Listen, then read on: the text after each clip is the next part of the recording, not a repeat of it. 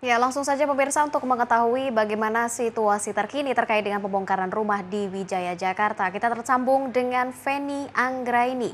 Feni, bagaimana untuk jalannya pengosongan rumah warga? Berlangsung aman dan tertibkah? Baik, Rizka Indah. Sebanyak 12 rumah di Jalan Wijaya 15 dan 16 Kebayoran Baru, Jakarta Selatan dikosongkan. Sebelumnya terdapat 15 rumah yang terdata akan dikosongkan, namun 3 di antaranya masih ditempati oleh warakauri atau janda-janda purnawirawan.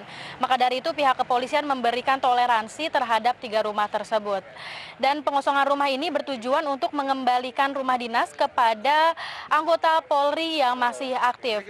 Dan apabila rumah telah dikosongkan, maka akan segera diberi polis lain seperti rumah di belakang saya ini.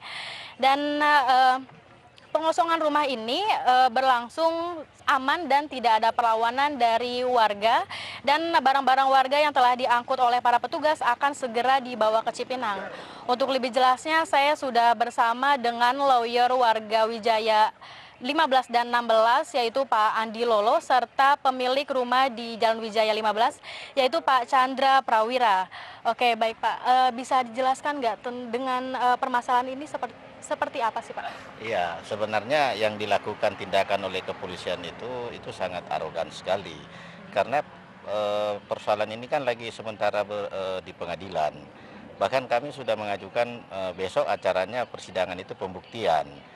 Jadi dia tidak boleh melakukan tindakan begini ya, arogan begini. Karena permohonan provisi yang kami ajukan itu juga belum turun. Nah, jadi warga yang ada di sini itu kita tidak pernah melakukan perlawanan karena kita profesional untuk melakukan perlawanan di pengadilan, bukan dengan cara demikian. Ini kan cara preman ini caranya ini. Ya, karena warga di sini mendapatkan SIP itu dari tahun 1953 untuk gedung-gedung negeri, rumah-rumah negeri. Jadi bukan untuk dalam hal ini polisi mau mengatakan itu rumah dia, bukan rumah dinas gitu. Iya, gitu. Oke, baik. Dan untuk Pak Chandra sendiri sebagai anak, benar Pak? Ya, saya adalah anak. Orang tua kami adalah memang polisi, ya. Tapi rumah ini dulu perolehannya itu dari gedung-gedung negeri, dan kebanyakan bisa dibeli pada saat itu oleh pensiunan atau pegawai negeri.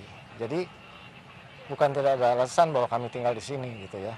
Jadi rata-rata sudah lebih dari 50 tahun menempati rumah ini. Tiba-tiba diklaim sebagai rumah Polri. Nah, tentunya kami menggugat masalah itu dan kami bawa ke pengadilan. Dan proses sedang berjalan. Tapi kami sangat terkejut bahwa ini tiba-tiba ada pengosongan paksa ini. Ya walaupun dengan pemberitahuan, tapi kan kita masih proses bersidang di pengadilan. Saya kira kita harus menghormati. Itu, saya kira. Dan untuk kembali lagi ke Pak Andi Lolo, kemudian proses hukum seperti apa sih yang akan segera dijalankan Pak? Iya, kita tetap mengajukan besok kan pembuktiannya. Kita mau lihat dia punya bukti apa gitu. Sehingga dia mengklaim bahwa dia punya ini sekarang rumah dinas. Kita mau lihat besok apa buktinya. Karena kami juga tidak mungkin mengajukan gugatan ke pengadilan kalau kita tidak punya bukti-bukti alas hak. Nah, olehnya itu kita mau lihat apa buktinya. Kalau dia merasa dia punya sertifikat hak pakai 207, itu perolehannya dengan cara bagaimana? Gitu. Itulah yang kita mau uji sekarang. Tapi kok langsung dia lakukan tindakan demikian? Nah, sesuatunya itu kan di pengadilan itu menguji secara material gimana, apakah memang dia punya atau kita yang punya, atau dia bukan punya atau kita yang punya gitu. Oke, baik. Terima kasih banyak Pak Andi Lolo dan Pak Chandra. Oke, baik Rizka. Dan beberapa rumah di sini juga memang sudah banyak dikosongkan sejak jauh-jauh hari. Namun ada pula beberapa rumah yang masih ditempati hingga pagi tadi sebelum akhirnya dikosongkan oleh para petugas. Sekian yang dapat saya laporkan, Rizka Indah, kembali ke Anda di studio. Baik, terima kasih Feni. Feni Anggraini pemirsa melaporkan langsung dari kawasan Wijaya, Jakarta Selatan.